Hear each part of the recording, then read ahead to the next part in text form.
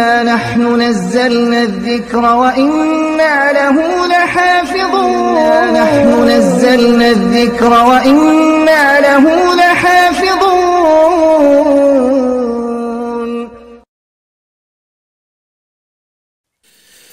السلام عليكم ورحمة الله وبركاته. بسم الله الرحمن الرحيم. إن الله وملائكته يصلون على النبي يا أيها الذين آمنوا صلوا عليه وسلموا تسليما. اللهم صل وسلم وبارك على سيدنا محمد في الأولين، وصل عليه في الآخرين، وصل عليه في الملأ الأعلى إلى يوم الدين.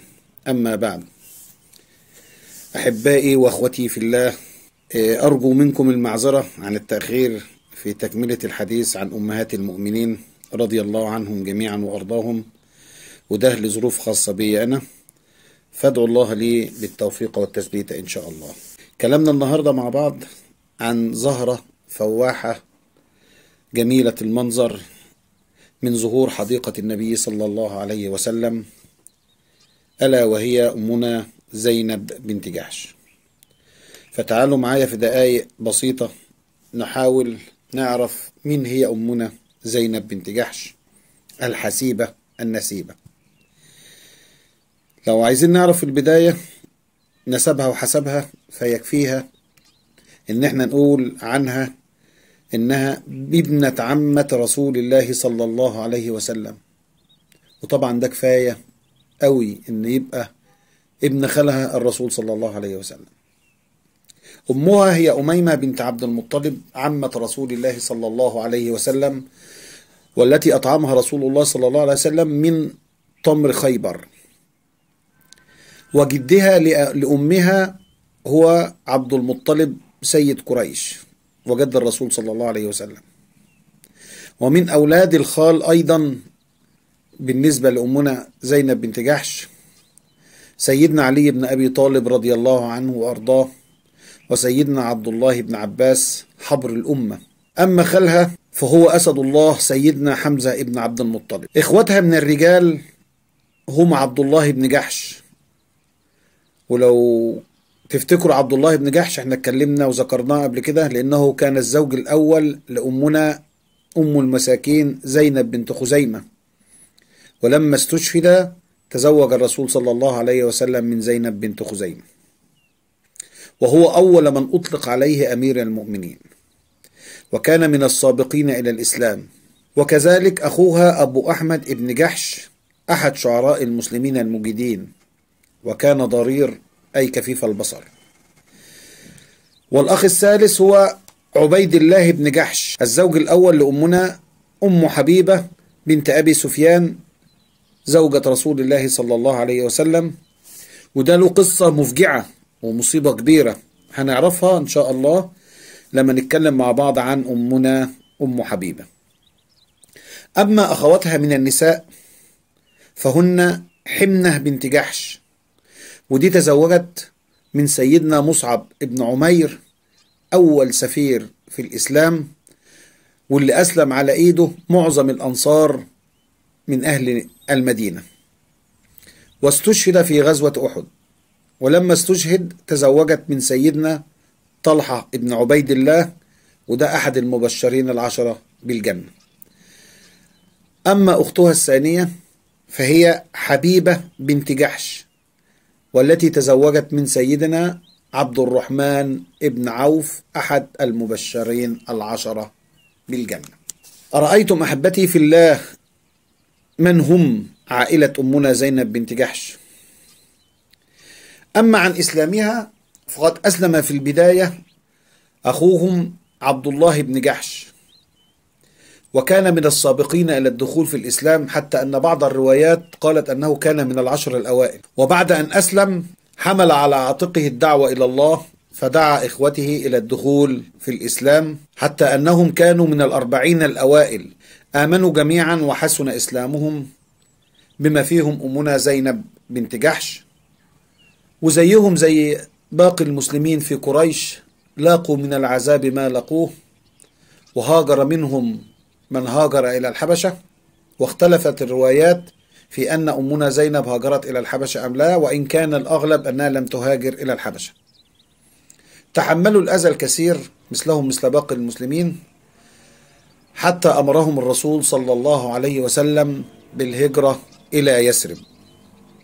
وبالفعل هاجر بنو جحش كلهم إلى يثرب فرارا بدينهم من ظلم واضطهاد كفار قريش. وبعد هجرتهم إلى يثرب جاء الخبر إلى عبد الله بن جحش في المدينة أن أبا سفيان، وكان لا يزال على كفره زعيم قريش، قد باع بيتهم دارهم اللي كانوا عايشين فيها في مكة إلى عمرو بن علقمة، فحزن لذلك وأخبر الرسول بهذا الأمر، فقال له الرسول صلى الله عليه وسلم: ألا ترضى يا عبد الله أن يعطيك الله بها دارا خيرا منها في الجنة؟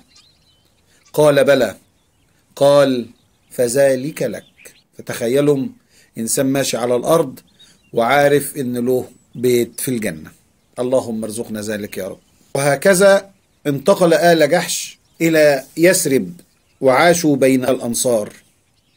ويا لها من أخوة من أناس قال الله تعالى فيهم: بسم الله الرحمن الرحيم: والذين تبوأوا الدار والإيمان من قبلهم يحبون من هاجر إليهم ولا يجدون في صدورهم حاجة مما أوتوا ويؤثرون على أنفسهم ولو كان بهم خصاصة ومن يوق شح نفسه فأولئك هم المفلحون. صدق الله العظيم. ثم دعونا ننتقل بسرعة إلى قصة زواج أمنا زينب بنت جحش من زيد بن حارثة. وتعتبر هذه الزيجة من أشهر الزيجات في الإسلام. ليه؟ تعالوا معايا نعرف قصة هذا الزواج. زواج أمنا زينب بنت جحش من زيد بن حارثة. احنا عرفنا أمنا زينب بنت جحش مين. طب مين هو زيد بن حارثة؟ زيد بن حارثة أمه اسمها سعدة بنت ثعلبة، وأبوه اسمه حارثة ابن شرحبيل. كان يعيش مع والديه في سعادة وهناء في قبيلة تقع خارج قريش. وفي يوم من الأيام أمه خدته معاها وهي خارجة في زيارة لبعض أقاربها خارج القبيلة بتاعتهم، وهم في الطريق أغار عليهم قطاع الطرق وأسروا زيد وهو غلام صغير، وقاموا ببيعه كعبد في سوق عكاظ بمكة، واشتراه منهم حكيم بن خزام وأعطاه إلى عمته السيدة خديجة بنت خويلد. ولما تزوجت أمنا خديجة من الرسول صلى الله عليه وسلم وهبت زيد للرسول صلى الله عليه وسلم. ليه؟ لأنها رأت أن الرسول صلى الله عليه وسلم يحب هذا الغلام ويكرمه، فأصبح عبدا عند رسول الله صلى الله عليه وسلم. في الوقت اللي أبوه وأمه طبعا تخيلوا أب وأم قد تاخد منهم ابنهم، فكانوا حياتهم تحولت إلى حزن وشقاء، وأخذوا في البحث عنه ولكنهم لم يعثروا عليه، حتى جاءت مجموعة من قبيلته إلى مكة للحج والتجارة، وشاهدوا زيد وتعرفوا عليه، عرفوه. وعندما عادوا أخبروا أبوه حارثة، والذي أخذ معه أخاه وجمع مال كتير معاه، وذهب إلى مكة ليفتدي به ابنه زيد من العبودية. وحضروا إلى مكة وذهبوا إلى الرسول صلى الله عليه وسلم، وعرضوا على الرسول صلى الله عليه وسلم إنهم يدفعوا له ما يريده من مال ليأخذوا ابنهم زيد ويعتقوه من العبودية. فقال لهم رسول الله صلى الله عليه وسلم: ألا أخبركم بأفضل من ذلك؟ قالوا: وما هو؟ قال رسول الله صلى الله عليه وسلم: ادعوه وخيروه، فإن اختاركم فهو لكم بغير مال ولا فداء، وإن اختارني فوالله ما أنا بالذي أختار على من اختارني أحد. فقالوا له: لقد أحسنت وأنصفت. فدعاه الرسول صلى الله عليه وسلم وقال: يا زيد، هل تعرف هؤلاء؟ قال: نعم، هذا أبي وهذا عمي. قال الرسول له: فأنا من قد علمت ورأيت محبتي لك، فاخترني أو اخترهما. فقال زيد: ما أنا بالذي أختار عليك أحد، أنت مني بمنزلة الأب والعم. فقال له أبوه: ويحك يا زيد، أتختار العبودية على الحرية؟ وعلى أبيك وعمك وأهل بيتك؟ قال نعم، إني قد رأيت من هذا الرجل، يقصد الرسول صلى الله عليه وسلم، شيئا ما أنا بالذي أختار عليه أحدا أبدا. فلما سمع الرسول صلى الله عليه وسلم من زيد هذا الكلام أخذه وخرج به إلى حجر الكعبة وقال: يا من حضر، اشهدوا أن زيدا ابني يرثني وأرثه. فلما رأى ذلك أبوه وعمه نفسيتهم هديت ورجعوا إلى بلدهم وعرفوا إن ابنهم في مكان أمين، وأصبح يطلق على زيد اسم زيد ابن محمد. وكان هذا الموقف قبل البعثة. وبعد البعثة أعتق رسول الله صلى الله عليه وسلم زيد بن حارثة، فأصبح زيد مولى رسول الله. ومعنى كلمة مولى أي العبد الذي أعتق فأصبح حرا، وهي منزلة اجتماعية أقل من السيد الحر. وأراد النبي أن يكرمه أكثر من ذلك بأن يزوجه من امرأة حرة حسيبة نسيبة. ليه؟ لكي يزيل الفوارق الاجتماعية في المجتمع الإسلامي. لا فرق بين عربي ولا أعجمي إلا بالتقوى. لذلك أراد النبي صلى الله عليه وسلم أن يزوجها من ابنة عمته زينب بنت جحش النسيبة الحسيبة ذات الجمال والنسب والحسب.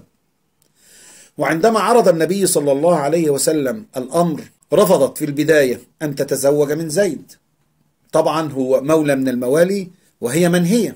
فنزل قول الله تعالى: بسم الله الرحمن الرحيم: وما كان لمؤمن ولا مؤمنة إذا قضى الله ورسوله أمرا أن يكون لهم الخيرة من أمرهم ومن يعص الله ورسوله فقد ضل ضلالا مبينا. صدق الله العظيم. فلما سمعت قالت: يا رسول الله أترضاه لي زوجا؟ قال: نعم. قالت: إذن لا أعصي رسول الله فقد ارتضيته لنفسي زوجا. ودفع لها زيدا مهرا يليق بها كحرة وسيدة ذات حسب ونسب، والرسول صلى الله عليه وسلم هو اللي أعطاه هذا المهر ليقدمه لها. استمرت الحياة الزوجية بين أمنا زينب وزيد بن حارثة قرابة العام، ثم بدأت الخلافات الزوجية بينهم تشتد.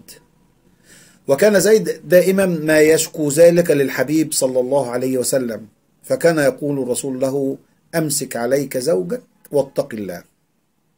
ومع مرور الأيام ازدادت الفجوة بين زينب وزيد، وكان الرسول دائما ينصحه بإمساك زوجه، حتى وصلت الحياة بينهم إلى طريق مسدود، فكان لابد من الطلاق.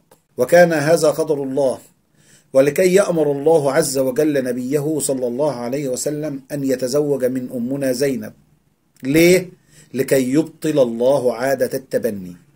وبالفعل بعد انقضاء عدتها تزوجها النبي صلى الله عليه وسلم لتنال أمنا زينب بنت جحش شرف أن تكون زوجة لسيد الخلق أجمعين، ولكي تكون إحدى أمهات المؤمنين. وأرسل سيدنا رسول الله صلى الله عليه وسلم زيد ليخبر أمنا زينب بأن الله تعالى قد أمر رسوله بأن يتزوجها بنص كتابه بلا ولي ولا شاهد، وذلك في قوله تعالى: بسم الله الرحمن الرحيم: فلما قضى زيد منها وطرا زوجناكها لكي لا يكون على المؤمنين حرج في أزواج أدعيائهم إذا قضوا منهن وطرا وكان أمر الله مفعولا. صدق الله العظيم. وعندما أخبرها زيد بذلك فرحت فرحا شديدا وسجدت لله شكرا على هذه النعمة التي أنعمها الله عليها، ونظرت صيام شهرين شكرا لله، حتى أنها كانت تفتخر بذلك على أمهات المؤمنين وتقول لهن: زوجكن أهليكن وزوجني الله تعالى من فوق 7 سماوات. أما لو تحدثنا عن مكانته عند رسول الله صلى الله عليه وسلم، كانت أمنا زينب بنت جحش كريمة سخية النفس يضرب بها المثل في الجود والكرم، وكانت كثيرة الصلاة خاشعة القلب موصولة دائما بالله، وكانت تقتبس من أخلاق النبي صلى الله عليه وسلم وتقتدي به في كل أعماله، وكانت لها مكانة خاصة عند النبي، حتى أن أمنا عائشة كانت تقول عنها: هي التي كانت تساميني، وفي رواية أخرى تناصبني من أزواج النبي. ونظرا لمكانتها عند النبي بدأت نساء النبي صلى الله عليه وسلم يشعرن بالغيرة، وطبعا كانت في مقدمة من شعروا بالغيرة أمنا عائشة، خاصة أن النبي صلى الله عليه وسلم كان يتأخر عند أمنا زينب عند مروره على زوجاته، فاتفقت أمنا عائشة مع صديقتها المقربة إلى نفسها أمنا حفصة بنت سيدنا عمر بن الخطاب وأمنا سودة بنت زمعة على أن أيتهن يجيئها الرسول بعد خروجه من عند أمنا زينب تقول له رائحتك مغافير، والمغافير طعام حلو المذاق ذو رائحة كريهة، وكان النبي صلى الله عليه وسلم يكره الروائح الكريهة، فكان كلما مر على واحدة منهم قالت للرسول صلى الله عليه وسلم أكلت مغافير؟ فيجيب الرسول بالنفي، فيسألون عن هذه الرائحة، أمال إيه الريحة دي؟ فقال لهم الرسول سقتني زينب شربة من عسل. ونجحت المؤامرة، ولم يعد النبي يتأخر عند زينب، فلم يعد يشرب العسل، وكان هذا كله بسبب غيرة أمنا عائشة على رسول الله صلى الله عليه وسلم. وكيف بالله عليكم لا تغار عليه وهو رسول الله. وهكذا حرمت أمنا زينب من بقاء الرسول عندها لفترة أطول من ضرائرها، وكما كانت أمنا عائشة تغار من أمنا زينب، كانت أمنا زينب تغار أيضا وبشدة من تعلق النبي صلى الله عليه وسلم بأمنا عائشة. ولكن إخوتي في الله، هل كانت تلك الغيرة عمياء كما هي عند معظم النساء إلا من رحم ربي؟ لا والله. طب إيه الدليل على كده؟ الدليل على كده موقف السيدة زينب من حادثة الإفك، فقد نالت هذه الحادثة من سمعة أمنا عائشة، وتحدث في حقها المنافقون في المدينة، حتى أن بعض المسلمون وقعوا في هذه الفتنة، حتى نالت أمنا عائشة براءتها من الله عز وجل. وهنعرف الكلام ده في ما نتكلم عن أمنا عائشة إن شاء الله. فهل استغلت أمنا زينب هذا الموقف ضد السيدة عائشة؟ لا والله. وتعالوا معي نعرف موقفها كما حكته أمنا عائشة نفسها، حيث قالت: وكان الرسول صلى الله عليه وسلم يسأل زينب ابنة جحش عن أمري، فقال: يا زينب ماذا علمت أو رأيت؟ فقالت: يا رسول الله أحمي سمعي وبصري وما علمت إلا خيرا. قالت عائشة، وهي التي كانت تساميني من أزواج النبي صلى الله عليه وسلم، فعصمها الله بالورع. أما عن خروجها مع الرسول في غزواته، فقد خرجت مع الرسول في حصاره للطائف، وكانت معها أمنا أم سلمة، وكذلك خرجت مع الرسول صلى الله عليه وسلم في حجة الوداع، وكانت هي حجتها الأخيرة، لأنها التزمت هي وأمنا سودة بنت زمعة، لقول الرسول صلى الله عليه وسلم في حجة الوداع: هذه ثم ظهور الحصر، أي لزوم البيت، لذلك فقد قالت: لا تحركنا دابة بعد رسول الله. وقد كانت رحمها الله صورة من صور الزهد والجود والكرم، كانت لا تحفل بأي زينة من زينات الدنيا، وكانت تعمل بيدها في دباغة الجلود والخرز، وتبيع ما تصنعه وتتصدق به في سبيل الله، حتى أنها تصدقت ذات مرة بعطاء عمر لها من بيت مال المسلمين، تصدقت به كله مرضاة لله عز وجل، وظلت على حالها حتى بعد وفاة النبي صلى الله عليه وسلم. وكان رسول الله صلى الله عليه وسلم قد بشر زوجاته بأول من تلحق به منهن بعد موته، فقال صلى الله عليه وسلم: أسرعكن لحاقا بي أطولكن يدا. فكانت نساء النبي صلى الله عليه وسلم كلما اجتمعن في منزل إحداهن بعد موت الرسول يمدون أيديهن إلى الجدار يتطاولن في أيتهن أطول يدا، فلم يزلن يفعلن ذلك حتى ماتت أمنا زينب ولم تكن بأطولهن، فعرفنا حينئذ أن النبي صلى الله عليه وسلم إنما أراد بطول اليد الصدقة. وكانت من شدة حرصها على التصدق أنها قد أعدت كفنها بنفسها، وحين مرضت وحضرتها الوفاة خطر ببالها أن عمر رضي الله عنه أمير المؤمنين ربما يرسل إليها بكفن، لذلك أوصت بأن يتصدق به للفقراء. وبالفعل أرسل لها عمر كفن بعد وفاتها فتصدقت به أختها حمنة بنت جحش، وفي لحظاتها الأخيرة أوصت بأن توضع على سرير رسول الله، وماتت رضي الله عنها، وكانت أول نساء النبي لحوقا به. ولما وصل نبأ وفاتها إلى سيدنا عمر بن الخطاب أمر ألا يخرج على زينب إلا ذو رحم من أهلها، وكان رضي الله عنه يفكر في شيء يسترها به، فأشارت عليه السيدة أسماء بنت عميس بفكرة النعش الذي يحمل عليه الميت، وكانت قد رأته بالحبشة. وهناك رواية أخرى تقول أن أول من عمل لها نعش هي السيدة فاطمة الزهراء، وليس هناك تعارض بين الاثنين. وبالفعل صنعت نعشا لأمنا زينب رضي الله عنها وغطته بثوب، فاستحسن عمر الفكرة وأمر المسلمون بأن يخرجوا على أمهم ليشيعوها ويصلوا عليها، ودفنت رضي الله عنها في مقابر البقيع سنة 20 من الهجرة، فرضي الله عنها وأرضاها وجمعنا بها في جنة الفردوس إن شاء الله. هذه بعض من قطرات من سيل عظيم عن سيرة أمنا زينب بنت جحش رضي الله عنها وأرضاها. والسلام عليكم ورحمة الله وبركاته. وللحديث بقية عن إحدى زوجات النبي رضي الله عنهم وأرضاه.